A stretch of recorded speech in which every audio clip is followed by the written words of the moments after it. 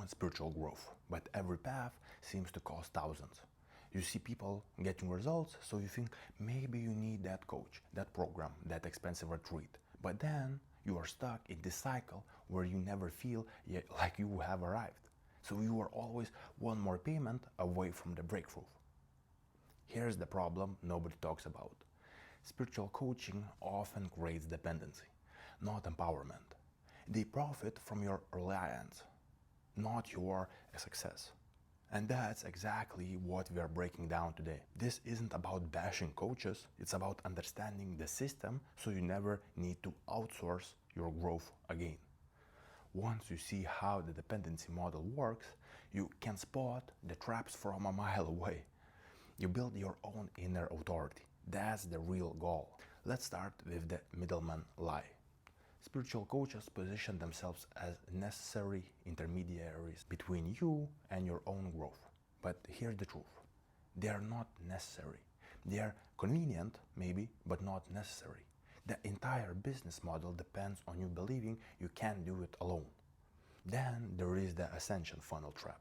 They create artificial levels of readiness that always require another payment. First, you need the basic course, then the advanced training, then the mastermind, then the one-to-one coaching. It never ends because the system is designed to never end. Your growth becomes their recurring revenue. The trauma-bonded mentor dynamic is even more insidious. They use emotional vulnerability to create dependency disguised as guidance. You share your deepest struggles and suddenly you feel indebted. Like they are the only one who understands you. That's not guidance, that's emotional leverage. Why does this model work so well? It preys on spiritual ambition and fears of being left behind. You see others leveling up and you worry you are missing out. That fear drives the payments. The system is designed to make you feel perpetually incomplete. But here's how you spot these patterns before they cost you. Look for the language of dependency versus empowerment. Are they saying, I'll guide you, or you'll discover? Are they selling certainty or capability? That distinction reveals everything. The most successful spiritual coaches aren't actually the most enlightened. They are the best at creating dependency. They understand human psychology, specifically the parts that make us doubt ourselves and seek external validation. That's their real expertise. When the business model requires you to stay dependent, you'll never truly graduate. The goalposts will always move. The next level will always require another investment. That's not spiritual growth. That's the subscription service to your own potential. Real growth should make teachers obsolete, not indispensable. If you are more dependent after the coaching than before, something's wrong. The measure of true teaching is how quickly you no longer need the teacher. The dependency model thrives on vague promises and emotional manipulation. They will use terms like quantum leap and energy shift without concrete definitions. That uncertainty is intentional. It keeps you chasing without ever arriving. But here's the transition point. Once you understand how the dependency model works, you can see it everywhere. And that's when you start building your own framework for growth. So now you understand the dependency model. But how do you spot it in real time? You need 3 simple questions that expose the entire system instantly. First question, do they sell certainty or capability? Listen to their language. Are they promising specific outcomes? Manifest $10,000 in 30 days or get your ex back in 1 week. That's selling certainty. Real growth teaches you how to navigate uncertainty, not eliminate it. The instant manifestation mirage is about control, not capability. When they sell certainty, they are preying on your desire for quick fixes. But spiritual growth isn't about quick fixes. It's about building resilience. Capability means you can handle whatever comes next. Certainty means you need them to tell you what comes next. Big difference. Second question, is their success measured by your independence or your retention? Look at their business structure.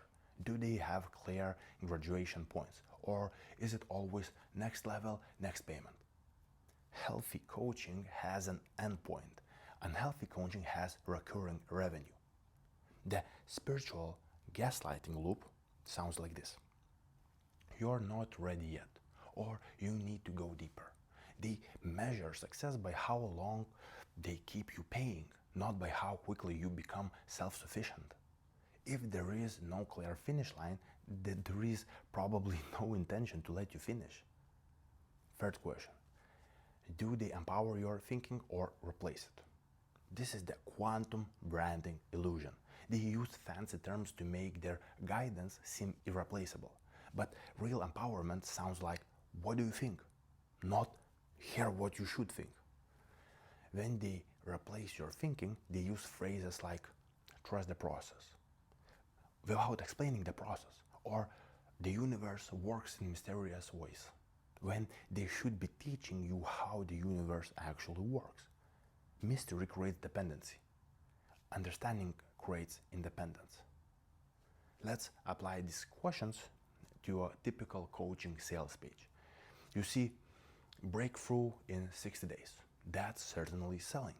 You see, monthly membership with ongoing support. That's retention focus. You see, our proprietary method. That's thinking replacement. 3 red flags immediately. The pattern is always the same. Create a problem only they can solve. Make the solution seem complex and position themselves as the only gateway. But real spiritual growth is simple. It's about connecting with your own inner wisdom, not outsourcing it. These questions work because they target the business model, not the spiritual content. Even the most enlightened teacher can't escape these structural realities. The system dictates the relationship, regardless of the teachings. Now, that you can spot the traps, you need something to replace them with. Because simply avoiding bad coaching isn't enough. You need your own framework for growth. So, you can spot the traps. Now you need something to replace them. Because spiritual growth doesn't stop just because you stop paying coaches. You need your own system. That's the inner compass method. Start with the awareness audit. It's a simple spot the hook exercise. When you see spiritual content, ask yourself, is this making me feel incomplete? Does it create a problem only they can solve? That emotional tug is the hook. Most spiritual sales work by making you feel like something's missing. Real empowerment makes you feel complete right now. Next is alignment reflection. This is the journaling prompt to separate empowerment from dependency. Write down, does this guidance make me trust myself more or trust the teacher more? If the answer is the teacher, that's dependency. If it's yourself, that's empowerment. You should finish every interaction feeling more capable, not more reliant. Then comes the embodiment practice. This is a 7-day content detox to rebuild self-trust. For 1 week, consume no spiritual content, no coaches, no gurus, no manifestation videos, just you and your own thoughts. You'll be shocked at how much clarity emerges when you are not constantly being told what to think. Now, when does coaching actually work? There is a crucial distinction. The mirror versus the master. A mirror reflects your own wisdom back to you. A master demands you follow theirs. Healthy coaching acts as a mirror. They ask questions that help you discover your own answers.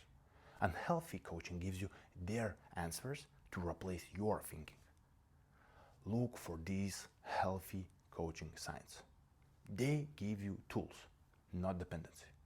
They ask questions, not demand blind faith. Their goal is your independence. You should feel like you are graduating, not subscribing.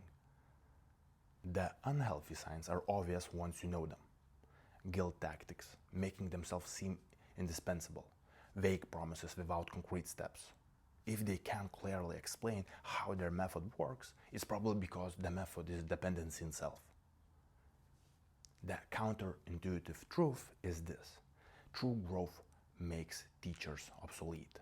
The best spiritual teacher wants you to eventually not need them. They measure success by how quickly you develop your own inner authority. Anything else is just a business transaction disguised as enlightenment.